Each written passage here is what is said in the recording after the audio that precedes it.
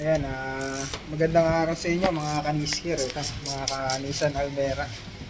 Ayan. So ito, may ginagawa kami ngayon dito na Nissan Almera 2022 model. 1.0 siya yung makina niya, at may turbo. Ito yung may turbo. Kita ko sa inyo yung ginagawa namin. Ayan. So ang concern dito, ay bali pala, ito ay pinimis namin last time. Then pag check namin dun sa spark plug, merong basa ng langis. Ayan, iugutin mo yung isang spark plug. Iyon. Ito yung spark plug nya. Kung makikita nyo, yung spark plug nalulunod na sa langis.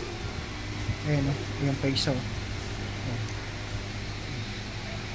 Nalulunod na ng langis yung spark plug nya. So kapag ganito ang na-encounter o kaya na nangyayari sa inyong spark plug, nagkakaroon ng poor acceleration yan, kasi yung kuryente na dumadali galing sa coil nabablock ng langis. Ayan, kaya every PMS kailangan ma-check to. So ang nagiging cause kung bakit nagkakaroon ng langis to ay itong valve cover, spark plug oil seal nya. Ayan, papakita ko sa inyo. Ito yung valve cover nya. Ayan, isang buo yung plastic na nasa ibabaw nitong makina. Ayan. Ang valve cover, ang spark plug or seal nya ay ito. Ayan lang, napakaliit. Ayan o. So ayan. So shoutout pala sa Nissan Philippines. Ayan, o kaya sa Nissan Japan. Ayan. So may mga issue na ganito nangyayari. Ayan. Sana ma-address tong ganitong issue para yung mga customer na may Almera na N18 o mga bibili pa ay hindi nagkaroon ng problema pagdating sa kanilang makina. Kasi pag ganito ang oil seal, ang pinaka spark plug oil seal, ayan. Ayan. Maliit lang oh. Oh, maliit lang. Dito yan. Sana po ma-actionan nyo to, Nissan. Ayan oh. Kapag katagalan, lumalambot, nade-deform yung pinaka mismong spark plug oil seal. Ayan.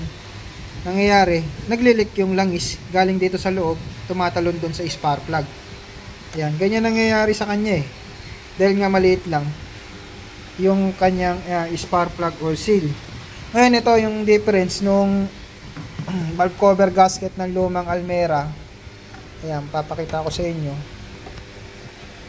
Ito yung valve cover gasket ng lumang Almera. Ayan. Ayan. Ito yung pinaka mismong spark plug or seal nya. Kung mapapansin nyo, may malapad siya sa ibabaw. Ayan. Ito yung lumalapat doon mismo sa cylinder head. Yan dito. Yan. Kung makikita nyo, malapad yung pinaka mismong spark plug gasket. Ayan, malapad. Compare naman dito sa napakanipis lang. Kaya may tendency pag na-deform, tatalon yung langis. So, maganda sana kung ganito yung ginawa. Malapad, tapos maliit yung ganito, papakita ko sa inyo.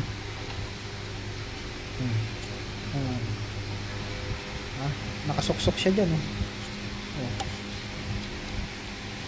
Sana ganito yung nilagay pa. At least sana walang problema. Matagal bago palitan.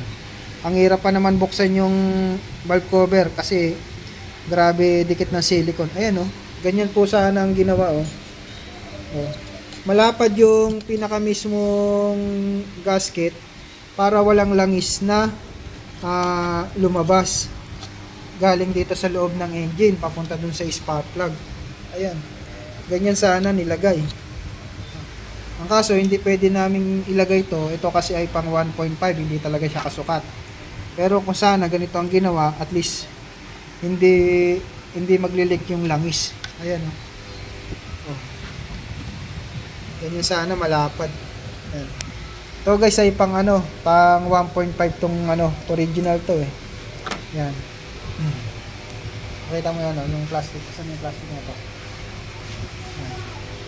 Sa mga naka Almera N18, Kapag nakaka-experience kayo ng lost power, tapos namamalya, yan, isa sa mga una nyo ipapacheck dyan yung spark plug. Kasi pag once ang spark plug nalulunod na sa langis, tulad ng nangyayari dito, nalulunod na sa langis, ayan, hindi na magbibigay ng magandang sunog yan. So ito, ayan, ang Nissan rocker, gasket rocker cover, yan, original po yan. So pinakita ko lang sa inyo na sana ganito sana yung nakalagay sa kanya. So ang gagawin namin dito for the meantime, kasi out of warranty na rin yung unit, ayan, itong gasket ano na to, yung spark plug or seal na to, yan, lalagyan namin ng silicone, yan, para once na naihipit siya, may backup siya na silicone paikot, kahit ma-deform yung gasket, yan, may silicone pa rin tayo na naka-backup, hindi siya mag-leak. Hindi ito yun, manipis. So, wala pa tayong mabibilan na ganito eh. Ayan.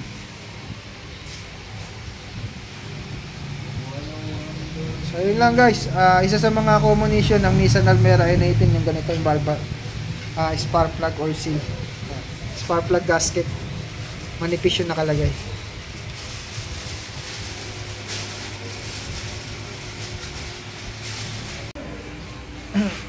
So ito guys, share ko sa inyo kung ano gagawin namin. So nilagyan ko ng silicone yung area kung saan nakapatong yung gasket para umangat siya. Then makapag-masil din yung ano, yung inuupuan ng gasket. Ayan. So linisin nyo lang para hindi naman magkalat-kalat yung silicone.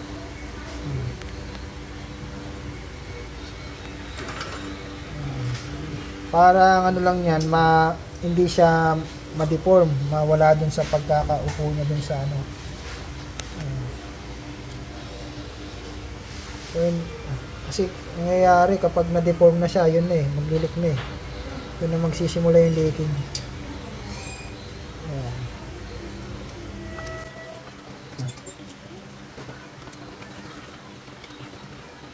Wala kasi nakuha na rin namin. Diba? Sa kapag hindi siya kasi lagi ng yan. Nakasya natin. Nakasya natin. So pag kasi lang, tumatagin. Ayan, ayan. Ano mo siya guys? Ano mas?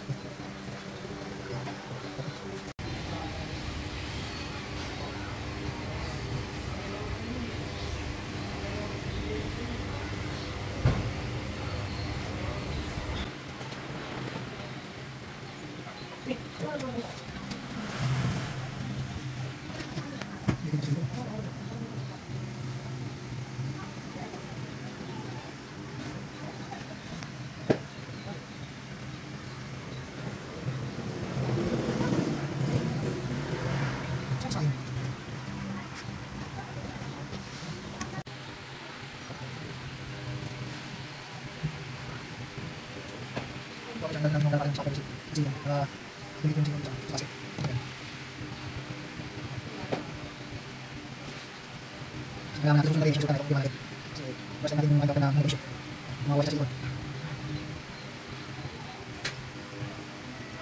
Paglalagay ko ng silicone, dapat ganyan kayo maglagay ng silicone para pag lumapat siya, naipit, maganda pagkakaano niya, likit niya. Tapos dagdag kayo ng silicone dito sa may kantuan. Sa akin dito. Ito na sa baba. Ito mo. Ito lang.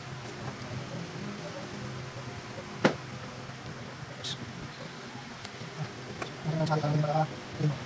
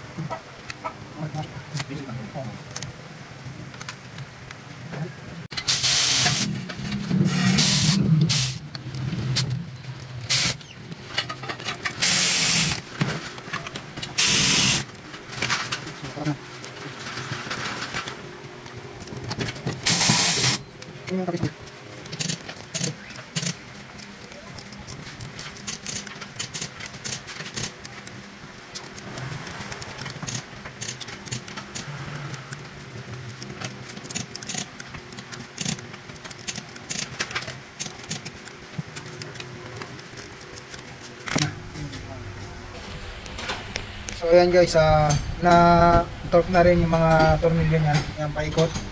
Yan. Papakita ko sa inyo yung kagandahan kapag ganun yung procedure na paglalagay nyo ng silicone. Ayan o.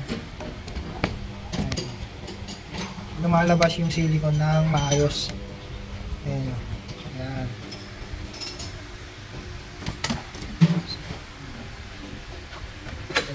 Ito dito sa gilid. Talagang sealed na sealed. Lumagpas yung silicone. Yan.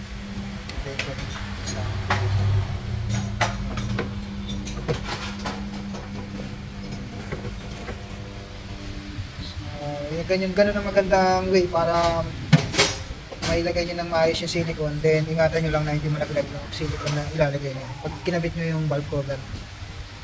So okay na, bubuhay na lang yung ibang parts.